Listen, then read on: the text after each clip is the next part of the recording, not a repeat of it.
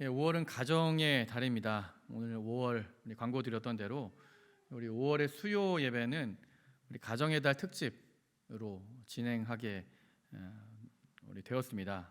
5월 가정의 달 특집 하니까 특집 편성 프로그램처럼 보이지만 우리 특별하게 이 성경에 나오는 우리 다양한 부모님들, 성경에도 엄마 아빠가 나오잖아요. 그러니까 엄마 아빠들의 어떤 자녀 양육에 대한 또 가정에 대한 그런 주제로 한번 말씀을 살펴보려고 합니다.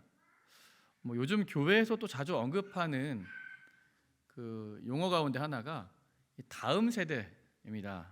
글쎄요, 다음 세대라는 용어가 우리에게는 굉장히 익숙하고 때로는 너무 또 다음 세대를 강조하는 듯한 그런 느낌이어서 이게 부담스러운 단어이기도 하지만 이번 5월은 좀 이렇게 좀 보냈으면 좋겠습니다. 어쨌든 우리가 다음 세대가 참 중요한데 이 다음 세대인 우리 이제 자녀들, 우리 다음 세대들이 이 말씀과 믿음으로 잘 양육되도록 좀 관심을 조금 더 많이 조금이라도 한 번이라도 더 관심을 갖는 그런 계기가 되었으면 좋겠고요. 또 우리 주변에 또 아파하고 상처가 많은 아이들을 좀 돌아볼 수 있는 그런 긍휼한 마음을 갖는 그런 기회가 또 되었으면 좋겠습니다. 사실 대부분의 부모님들은 자녀 양육에 대해서 많은 관심을 갖습니다. 이 자녀 양육에 대해서 관심이 없다고 하면 사실 글쎄요, 백이 하나 천에 하나 될까요? 대부분 다 자녀 양육에 대해서는 지대한 관심을 갖습니다. 우리 특별히 한국인에게는 또 특별히 그런데요. 또 그 중에서 기독교인이라면, 우리 그리스도인이라면 우리 하나님이 기뻐하시는 대로 성경적으로 자녀를 양육하고 싶은 그 욕심, 어느 부모님이라고 없겠습니까? 하지만 우리가 성경에 성경적 자녀 양육이라는 수많은 책들이 나오고 또 자녀 양육에 대한 무수한 좋은 강의를 들어도 들을 때만 반짝 우리 감동하고 만다면 사실 아무 소용이 없었다는 것을 우리의 수많은 경험을 통해서 알 수 있습니다. 정말 우리 이 아이가 한번 우리 스스로에게 질문해 볼 필요가 있어요. 우리 자녀가, 우리 아이가 이미 다 장성한, 아마 여기 계시는 우리 권사님 집사님들 대부분은 다 이제 장성한 우리 자녀들을 다 가지셨겠지만 정말 우리의 자녀들이, 우리 아이들이, 또 우리 손주들이 좋은 성적이나 성공이 인생의 전부가 아니라 정말 하나님이 기뻐하시고 하나님이 쓰시는 사람이 되도록 하는 것이, 그렇게 되기를 원하는 것이 우리에게 가장 큰 소원이고 진짜 우리의 기도 제목인지 한번 점검해 봐야 돼요. 둘 중에 하나 선택하라면 하나님이 기뻐하시는 사람 될 것이냐, 세상에서 성공할 것이냐. 물론 꼭 그렇게 양자택일은 아니지만 둘 중에 하나 선택을 하라고 한다면 우리가 어느 쪽을 선택하게 될지 한번 우리가 스스로 질문해 보아야 됩니다. 특별히 작년 2020년 10월에 민법 915조 조항이 삭제가 되었습니다. 민법 915조 조항은 자녀 징계권 조항입니다. 자녀들에 대한 체벌을 금지하도록 하는 민법 개정안이 국회를 통과했다는 그런 내용이었는데요. 지금까지 사실 민법상에는 이 자녀 징계권, 아동의 보호나 교양을 위해서 친권자, 엄마나 아빠가 필요한 징계를 할 수 있다고 규정을 하면서 부모가 이렇게 매를 대고 체벌을 하는 것이 합법적인 그런 상황이었었습니다. 하지만 사실 여러 이제 서양의 사례들이, 서양의 이제 이미 여러 호주나 미국이나 여러 유럽들이 이 자녀 징계권 조항들이 이미 오래 전부터 사라졌었거든요. 그러면서 우리나라도 작년에서야 비로소 이 자녀 징계권 조항이 사라지면서 이제 자녀를 함부로 이제 대할 수도 없어요. 가정 내 하나의 인격체로 인정하고 어떠한 체벌도 가할 수 없음을 사회적으로 명시하게 되었습니다. 아이들이 우리 신고하면 이제 때린다고 신고하면 잡혀가는 거예요. 근데 사실 여러분, 성경을 보면, 특별히 잠언에 보면 이 부모의 체벌, 이 매를 적극 권장하는 듯한 말씀이 자주 등장을 합니다.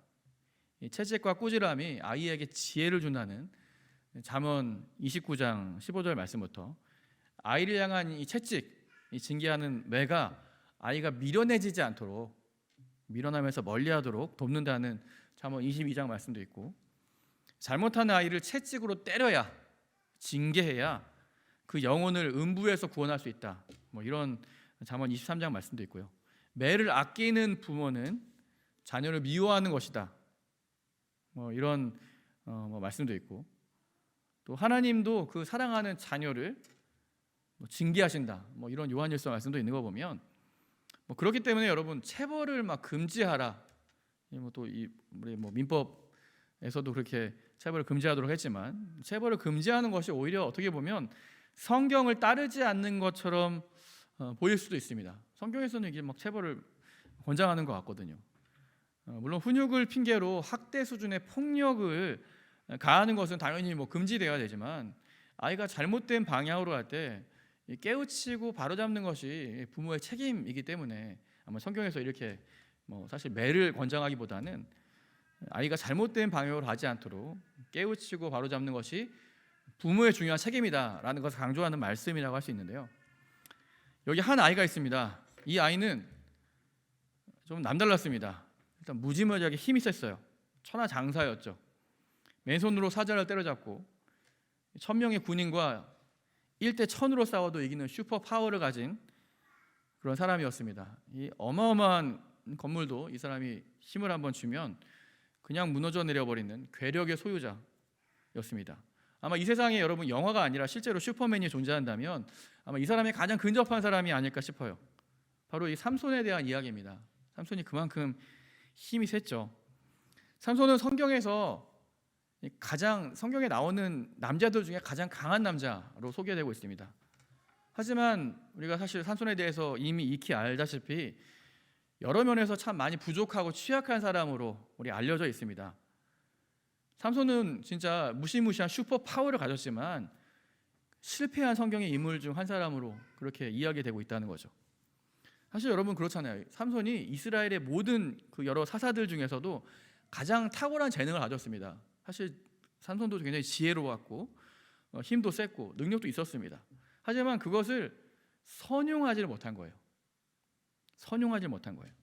그래서 삼손은 실패한 강한 남자의 전형이 되었습니다. 마크 에트벨이라는 사람이 예전에 삼손 신드롬이라는 이런 책을 썼어요. 삼손 신드롬 이런 책을 썼는데 이때 이제 삼손의 예를 들면서 왜 강한 남자들이 보통 세상에서 실패하는지, 굉장히 좀 강한 남자들 있잖아요. 가정에서도 강하고 사람들에게 굉장히 강하게 대하는 강한 것처럼 보이는 이런 사람들이 왜 또 실패를 하게 되는지 삼손의 예를 들면서 설명하는 이런 책이 예전에 한창 읽혔었는데요. 하나님께서 정말 놀라운 능력을 선물로 주셨는데 자신에게 하나님이 주신 것에 대한 감사나 하나님께 대한 영광을 올리거나 하나님에 대한 의식이 없이 그 능력과 강함을 자기 영광을 위해서 함부로 쓰고 그렇게 하다가 마지막에 실패에 이르게 되는 그런 모습이 보통 강한 남자들의 모습이고 또 삼손을 통해서 발견된다는 겁니다. 그러니까 삼손이 굉장히 얼마나 여러분 수치의 대명사입니까? 이렇게 실패한 남자, 정말 놀라운 재능을 가졌지만 실패했던 남자의 그런 모습이었다는 것이죠. 여러분 삼손이 뭐가 문제였을까요? 삼손의 문제가 뭘까요? 보통 우리가 어떤 사람에 대해서 평가를 할 때는 그 사람 자체의 성품, 이 사람이 어떤 성품을 가졌고 어떤 부분이 약하고 강하고 이런 성품에 대해서, 아니면 그 사람의 어떤 행적에 대해서 직접적으로 평가하기도 합니다. 하지만 보통 또 그 사람에 대해서는 그가 어떤 가정 환경에서 자랐는지, 또 그의 부모님은 누구인지 이렇게까지 평가가 참고되기도 합니다. 그래서 오늘 우리는 삼손을 좀 더 우리 알기 위해서 삼손의 부모인 마누아 부부의 자녀 양육에 대해서 사실은 아주 굉장히 자세하게 나온 건 아니지만 그 흔적들을 좀 살펴보려고 합니다. 삼손의 아버지의 이름은 누구일까요? 마누아입니다. 마누아. 삼손의 어머니의 이름은 혹시 아십니까? 삼손의 어머니의 이름. 삼손의 어머니의 이름 아시는 분은 제가 선물을 드리겠습니다. 삼손의 어머니의 이름은 성경에 나오질 않습니다. 알려지지 않았어요. 마누아의 아내로만 소개되고 있습니다. 어느 날 이 선사가 이 마누아의 아내, 이름도 나오지 않는 이 마누아의 아내, 그러니까 사실 성경이 그 이름을 꼭 이 정보를 알려주지 않은 분명히 이유가 있을 거예요. 마누아의 아내를 찾아옵니다. 그리고 놀라운 소식을 전해요. 이 가정에 아이가 없었는데 아이가 낳게 될 것이다. 이런 기쁜 소식을 전해줍니다. 이게 천사가 수태고지라고 하잖아요. 아이를 낳을 것이라. 이게 사실 성경에 몇 번 없어요. 아브라함에게 뭐 한 번 있었고, 특별히 이제 뒤에 이제 예수님이나 뭐 세례 요한에게 있었지. 사실은 뭐 물론 사무엘이 약간 비슷하겠지만 사무엘도 사실은 그 수태고지라고 할 수는 없어요. 근데 삼손은 진짜 정확한 수태고지였죠. 천사가 나타나서 아이가 있을 것이다. 놀라운 사실 사람입니다. 사실 거의 뭐 그러니까 아브라함의 아들 이삭이죠. 뭐 아브라함이나 어떻게 보면 세례 요한, 뭐 예수님과 비교되긴 그렇지만 그 정도에 비견될 만한 그런 사람일 수 있었던 거예요. 놀라운 일입니다. 아이를 낳을 것이다. 정말 놀라운 소식을 전합니다. 무엇보다 이 아이가 진짜 예수님하고 비슷해요. 이스라엘을 구원하게 될 것이다. 진짜 놀랍지 않습니까? 이스라엘을 구원하게 될 것이다. 이런 놀라운 이야기도 함께 전하게 됩니다.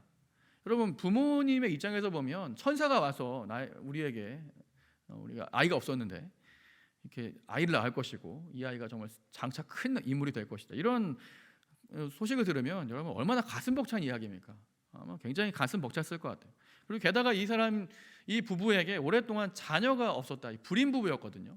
자녀를 원했지만 갖지 못하는 이 불임 부부였던 마누아 부부에게 이 천사가 전해준 이 소식, 이건 굉장히 놀랍고 정말 감격스러운 그런 소식이었을 것입니다. 하지만 천사가 전해준 소식은 뭐 이 이야기만은 아니었어요. 천사가 이 태어날 아이에 대해서 특별한 규칙에 대해서도 오늘 말씀을 전해주는데요. 이 마누아의 아내에게 먼저, 아내가 아이를 임신한 후에 이제 포도주나 독주를 마시면 안 된다. 글쎄요, 마누아의 아내가 그 전에는 포도주나 독주를 굉장히 즐겨했을지도 모르겠습니다. 어쨌든 포도주나 독주를 지금부터 마시면 안 된다. 그리고 어떤 부정한 음식도 먹지 말아라. 이렇게 좀 굉장히 당부를 했어요. 그리고 또 그 아이에 대해서도, 이 아이는 이제부터 하나님 앞에서 구별된 나시린으로 살아가게 될 것이다. 뭐 성경에 나시린이 좀 몇몇 나옵니다. 바울도 나시린이었고 또 사실 뭐 사무엘도 나시린이었죠. 나시린이 몇 번 나오는데 이 삼손이 나시린으로 살아야 된다. 뭐 이런 천사가 정해준 그 규칙이 주어졌습니다. 나시린이 여러분 어떤 규칙을 지켜야 되나요? 보통은 뭐 알려져 있기를 이 죽은 시체를 가까이 해서는 안 되고, 머리를 뭐 깎아서, 그러니까 몸에 뭐 수염도 깎아서 안 되고, 삭도를 내서는 안 되고, 술이나 부정한 음식을 가까이 해서는 안 되고, 뭐 이런 하여튼 다양한 규칙들이 있었습니다. 이런 소식들을 지금 천사한테 받은 거예요. 이렇게 마누의 아내가 천사로부터 정말 중요한 아이를 낳을 것이다라는 수태고지, 또 이런 중요한 규칙들을 듣고는, 이런 놀라운 이야기를 듣고는 남편에게 전했습니다. 왜냐하면 마침 그 자리에 남편 마노아가 없었기 때문입니다. 마노아는 이제 아내에게 천사가 나타나서 이런 이야기를 이제 들었어요. 근데 사실은 뭐 아무래도 한 사람의 이야기만 듣고는 사실 믿을 수 없잖아요. 천사가 흔한 그런 존재도 아니고 사실 눈에 나타난다, 이것도 굉장히 흔한 일이 아니거든요. 뭐 우리 시대에도 그렇지만 아마 과거 이스라엘 이 시대에도 마찬가지였을 겁니다. 흔하지 않은 이야기예요. 천사가 나타나서 하나님의 이런 말씀을 전해줬다. 또 게다가 뭐 아이가 낳을 것이고, 이거는 굉장히 좀 당장 믿을 수 없는 그런 일이었습니다. 그래서 근데 마노아가 어떻게 하냐면 기도를 합니다. 근데 굉장히 저는 이 장면이 인상적이었어요. 이 사사기가 13장쯤 오면 사실 사사기가 굉장히 이게 우울한 분위기로 계속 나아가거든요. 하나님을 찾지 않고, 오늘도 이 삼손의 이야기가 굉장히 이스라엘 백성들이 뭐 악을 행해서 블레셋 사람들에게 하나님이 징계하시는데 하나님을 찾질 않아요. 다른 앞에 나오는 이야기와 좀 다르게. 근데 하나님을 찾지 않았던 시대에 하나님을 찾는 유일한 이야기가 사실 마노아에게 나옵니다. 마노아는 하나님을 찾았던 거예요. 하나님께 기도하고. 굉장히 경건한 모습이죠. 8절에 보시면 마노아의 기도가 나옵니다. 같이 한번 읽어볼까요? 같이 읽습니다. 시작. 마노아가 여호와께 기도하여 이르되 주여 구하옵나니 주께서 보내셨던 하나님의 사람을 우리에게 다시 오게 하사 우리가 그 낳을 아이에게 어떻게 행할지를 우리에게 가르치게 하소서 하니라고 이렇게 기도합니다. 마노아의 기도가 참 담백하고 정직한 기도입니다. 아이를 주시는 것이 하나님의 뜻이라면 이 아이를 어떻게 하나님의 뜻대로 또 잘 양육하고 또 어떻게 가르쳐야 될지 좀 하나님 알려주십시오, 이렇게 솔직하게 고백하는 거예요. 여러분, 사실 정말 이 마노아의 고백처럼 이렇게 정말 부모로서 좋은 그 부모 노릇하기도 참 쉽지가 않습니다. 운전을 시작하면 여러분 초보 운전 시절 있잖아요. 마찬가지로 모든 부모들은 이 초보 부모 시절을 겪게 됩니다. 뭐 아이가 처음 태어나서 뭐 초보이기도 하지만 둘째도 뭐 첫째와 또 같지 않기 때문에 둘째가 태어났을 때도 역시 뭐 사실 초보고, 그러니까 자녀가 사실은 뭐 하나든 둘이든 다 다르기 때문에, 열이든 뭐 다 다르기 때문에 항상 부모는 항상 어떤 새로운 마음으로, 초보의 그런 마음으로 아이를 대할 수밖에 없어요. 아무리 뭐 누구죠? 아동 심리학, 교육학을 전공한 부모라고 해도 아이 양육에 실패하기도 합니다. 제가 아는 어떤 소아과 선생님은 자신의 아이가 자기 아내도 소아과 뭐 교수라고 말씀하셨는데, 소아과 부모로 가진 그 아이도 아프지 말라는 법이 없었어요. 그 아이도 굉장히 하여튼 심한 좀 선천적인 질병을 갖고 있었던 아마 자녀가 있었는데 뭐 그거 고치질 못해서 애를 먹는 그런 모습을 봤습니다. 소아과 뭐 부모로 가진 아이라고 해서 아프지 말라는 법도 없죠. 그래서 오늘 이 마노아의 기도가 참 부모로서 우리의 기도가 또 어떤 기도가 되어야 될지 정말 한번 돌아보게 하는 그런 기도예요. 우리가 낳은 아이에게, 또 우리가 기르는 아이에게 우리가 어떻게 가르쳐야 될지 좀 하나님께서 가르쳐 주셨으면 하는 그런 마음이, 그런 소원이 아마 어느 부모에게나 다 있을 것입니다. 오늘 마노아가 이게 기도했을 때 즉각적으로 응답되었습니다. 천사가 다시 나타났어요. 찾아왔어요. 그때 마노아가 천사에게 묻습니다. 뭐 비슷한 이렇게 기도와 비슷한 내용을 물어봐요. 이 아이를 어떻게 길러야 될지, 어떻게 행해야 될지를 간절하게 묻습니다. 그러자 천사는 조금 싱겁게 대답을 합니다. 좀 사실 마노아가 기대한 답변은 아니었던 것 같아요. 13절, 14절 말씀을 보면 마노아가 이렇게 요구했을 때 어떻게 이 아이를 길러야 됩니까? 라고 요구했을 때 너무 좀 굉장히 좀 요약해서 좀 전해준 듯한 느낌인데, 요약한 것도 아니에요. 너무 성의 없게 대답하는 듯한 느낌이에요. 보시면 같이 한번 읽어볼까요? 시작.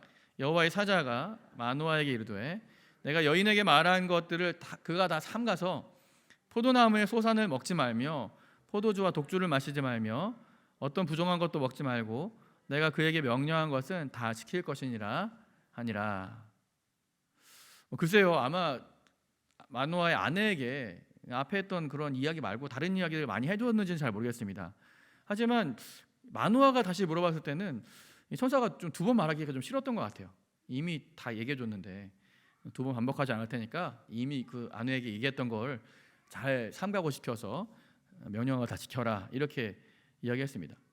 근데 아마도 이러면 이 마노아가 좀 초보 아빠로서, 초보 부모로서 이 아이를 좀, 지금 마노아가 원한 건 사실 그랬을 거예요.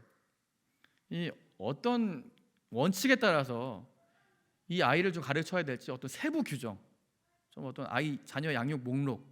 예전에 저희 아이들도 막 처음 낳았을 때 저희도 서점에 가서 뭐 이만큼 무슨 무슨 베이비 백과 이런 거 사가지고 저희도 막 샀던 거 기억나는데, 이런 좀 매뉴얼 이런 걸 좀 요구했을지도 몰라요. 성공적인 나시린으로 키우기 위한 어떤 쉐마 교육 프로그램, 이런 걸 아마 요구했는지도 모릅니다. 좀 더 여러분 하나님의 뜻대로 하나님 말씀 안에서 건강하게 키우고 싶은 그런 욕심, 다 뭐 마노아의 지금 뭐 부부뿐만 아니라 뭐 여느 그리스도인이라면 가지는 그런 마음이기 때문입니다. 하지만 여러분, 성경을 어디를 찾아봐도 사실 세세한 어떤 자녀 양육, 실제로 사실 성경에 어떤 뭐 좋은 우리 뭐 사람을 양육하는, 또 뭐 우리가 또 교회가 부흥하는 이런 프로그램이 있다고 소개하질 않아요. 어떤 프로그램을 잘 따라가면 성공할 것이다. 뭐 예를 들면 자녀 양육 프로그램, 성경에 소개하는 자녀 양육 프로그램을 따라가면 성공할 것이다, 이렇게 가르치는 구절이 없어요.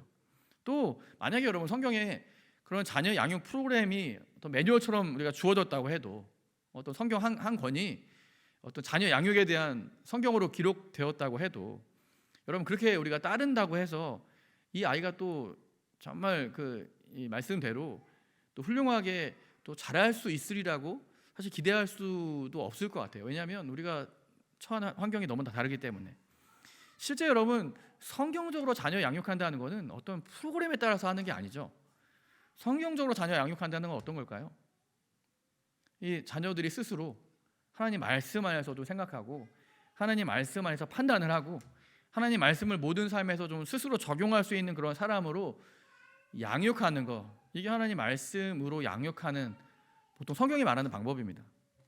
아이가 여러분 배고파할 때 물고기를 직접 주기보다 아이에게 물고기 잡는 법을 가르치라, 뭐 이런 이야기가 있잖아요. 이런 격언이 있잖아요.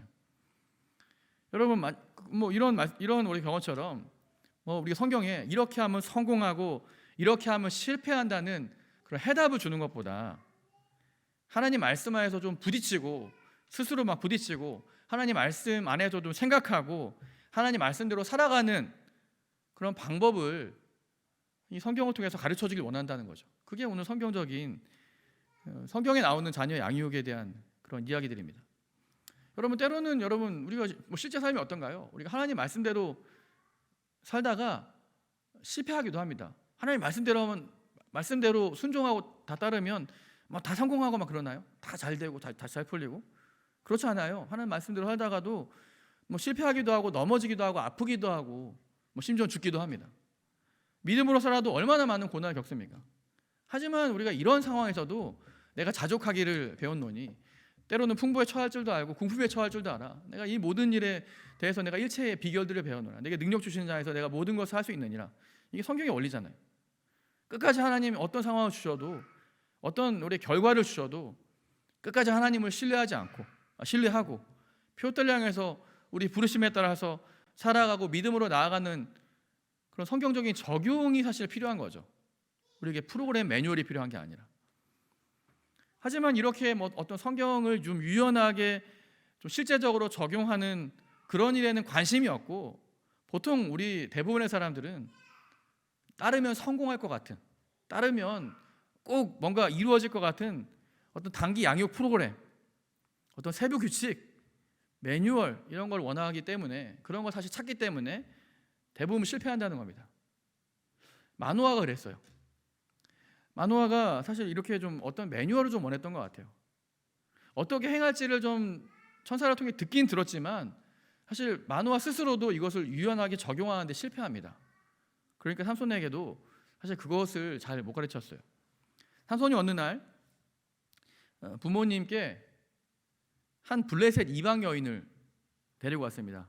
그리고 이 여인하고 이제 이방 여인하고 결혼할 테니까 다짜고짜 허락해 달라고 갑자기 이렇게 얘기를 했습니다.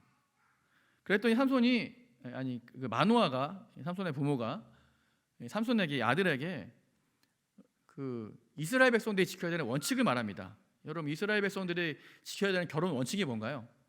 택함받은 이스라엘 백성은 이방 민족들이랑 결혼해서는 안 된다. 그 우리 이스라엘 민족의 딸들 중에서 아내로 맞이하는 것이 정해진 규칙이었었어요. 이게 이스라엘 민족에게 또 흐르는 어떤 규칙, 원칙이었습니다. 하지만 여러분 이런 원칙은 말했는데 마노아도 실제로 했어요. 이걸 우리가 왜 그렇게 해야 되는지, 우리가 왜 이방 민족과 하지 말아야 되는지, 왜 우리는 같은 민족끼리만 결혼해야 되는지에 대한 그 이유에 대해서, 또 그렇게 하면 어떤 유익이 있는지에 대해서 거기에 대해 설명이 없었어요. 삼손의 부모였던 마노아 부부는 그러니까 아들에게 이렇게 했던 거예요. 뭐뭐 하지 마라, 뭐뭐 하라, 뭐 이렇게 얘기했지만 왜 또 그렇게 살아야 되는지에 대한 그런 구체적인 설득이 없었던 거예요. 마노아도 그렇게 살았고 삼손도 그렇게 살았습니다. 설득이 안 돼요. 설득이. 여러분 성경에도 사실 하지 말라는 명령이 수도 없이 나옵니다. 성경에 뭐 하지 말라, 우상을 만들지 말라, 우상에게 절하지 말라, 우상을 섬기지 말고, 살인하지 말고, 간음하지 말고, 도적질하지 말고, 거짓 증거하지 말고, 뭐 이런 십계명부터 시작해서 모세 오경만 보더라도 수많은 하지 말라는 규정들이 등장을 합니다. 때로 뭐 하지 말라는 이런 성경의 규정들을 보면 좀 하나님이 좀 잔소리가 심한 엄마 같아요. 왜 이렇게 하지 말라는 말씀이 많은가?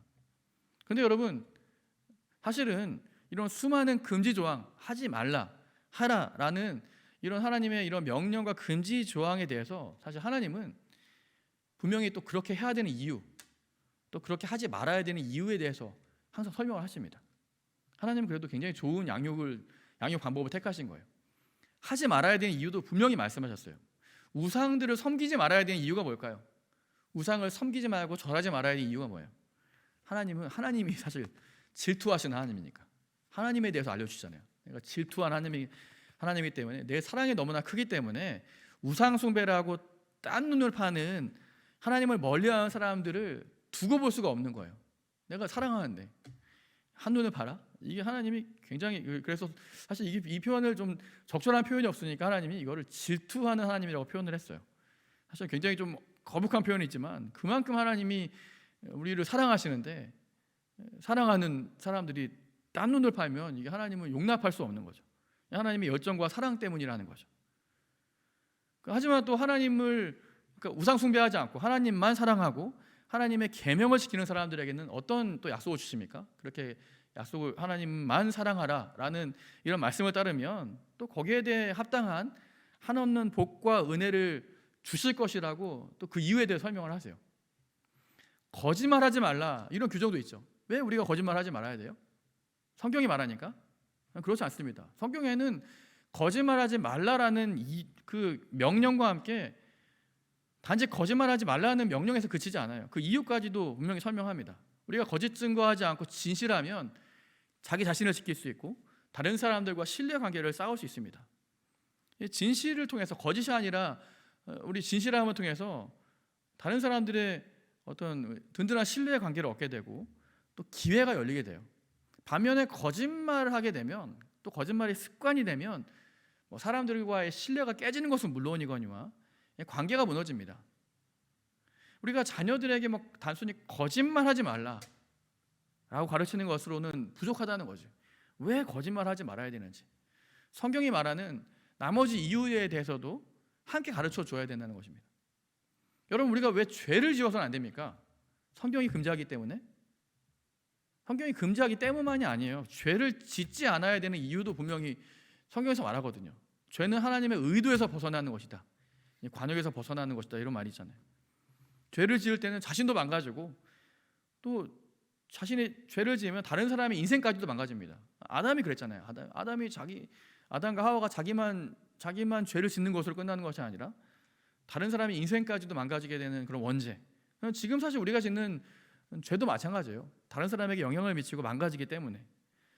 우리 부모로서 여러분, 우리 자녀들에게 해야 되는 일은 성경적으로 하라 하지 말라 단순한 명령을 가르치는 것도 중요하지만 우리가 그렇게 해야 되는 이유에 대해서, 또 그렇게 살아야 되는 결과에 대해서도 분명히 말해줘야 된다는 거죠. 성경의 가르침이니까.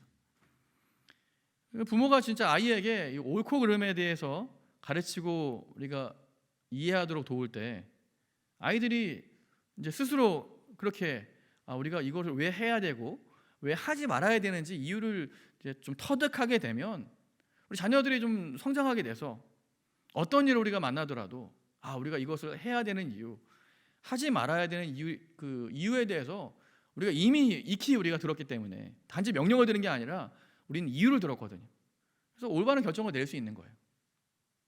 하지만 마누아와 삼손은 그러지 않았습니다. 결국에 오늘 삼손이 이방 여인을 데리고 와서 결혼하겠습니다, 마누아는 안 된다라고 말했지만 삼손은 고집을 부리고 결국 맞이지 못해서 삼손의 요구대로 이 블레셋 여인을 삼손의 아내로 맞이하게 됩니다. 물론 여기 이 삼손이 좀 이렇게 좀 이방 여인과 결혼한 이유가 있었어요. 속뜻이 좀 있었죠. 하지만 삼손과 마누아 부부, 그러니까 이 부모와의 관계가 매사 이렇게 진행됐던 거예요. 하지 말아라. 근데 이미 왜 하지 말아야 되는지 이유를 가르치지 않았기 때문에 단지 하지 말라고만 했지 삼손은 그래서 절대로 그렇게 잘 따르지 않았습니다. 그러니까 규칙을 가르쳤지만 왜 그렇게 살아야 되는지 말해주지 않았던 거예요. 나중에 여러분 그 신뢰가 어디에 나타나냐면 삼손이 들릴라라는 여인을 이제 사랑하게 돼서 속임수에 넘어가잖아요. 그러니까 머리가 다 이제 깎이고 밀리고 힘을 잃게 됩니다. 그때 여러분 삼손이 생각한 게 있었어요. 자신의 힘의 근원이 자신의 머리카락에 있다고 삼손이 그렇게 믿었습니다. 왜냐하면 마누아 부부가 그렇게 가르쳤거든요. 머리에 삭도로 대지 말라는 나시린의 규칙을 지키는 것이 삼손은 자신의 힘의 근원이라고 믿었어요. 마누아 또 부부가 그렇게 가르쳤기 때문에, 엄마 아빠가 그렇게 가르쳤기 때문에 삼손은 그렇게 믿은 거예요. 나는 머리를 깎으면 힘을 잃을 것이야. 여러분, 만약에 나시린의 규례를 나시린의 그런 규칙대로 살아가는 것이 삼손의 힘의 근원이었다면, 사실 그 전에 이미 삼손이 나시린의 규례를 어겼을 때 삼손이 다 힘을 잃어버렸어야 됐어요. 이미 삼손은 사자의 그 시체에서 막 꿀을 따기 위해 사자의 시체를 만지고 친구들과 막 술 파티를 벌이고 뭐 이런 일을 했거든요. 하지 말라는 일을 먼저 다 했었어요. 그때 이미 힘을 잃었어야 돼요. 여러분, 삼손의 능력의 근원이 사실 나시린의 규례를 지키는 것에 있지 않았습니다. 머리카락 깎는다고 사실 삼손이 힘을 잃어버린 게 아니에요. 삼손의 능력의 근원은 어디에 있었을까요? 하나님께 있었죠. 하나님께. 삼손이 여러분 사실 진짜 그 강한 슈퍼 파워를 낼 때의 그 장면을 보면 그 위기 때 보통 그런 특별한 장면이 나타나거든요. 근데 그 위기 때 어떤 일이 일어나냐면 삼손이 하나님을 찾아요. 하나님께 구하고 하나님을 의지하게 돼요. 그럼 하나님의 영이 삼손에게 임하고 그때 삼손이 놀라운 힘을 발휘하게 됩니다. 그 단지 나시린의 규칙을 지키는 것이 삼손의 능력의 근원이 아니라, 사실 나시린의 규칙을 하나님이 지키도록 하신 것은 평생 하나님과 동행하는 훈련을 하기 위한 그런 연습이었던 거예요.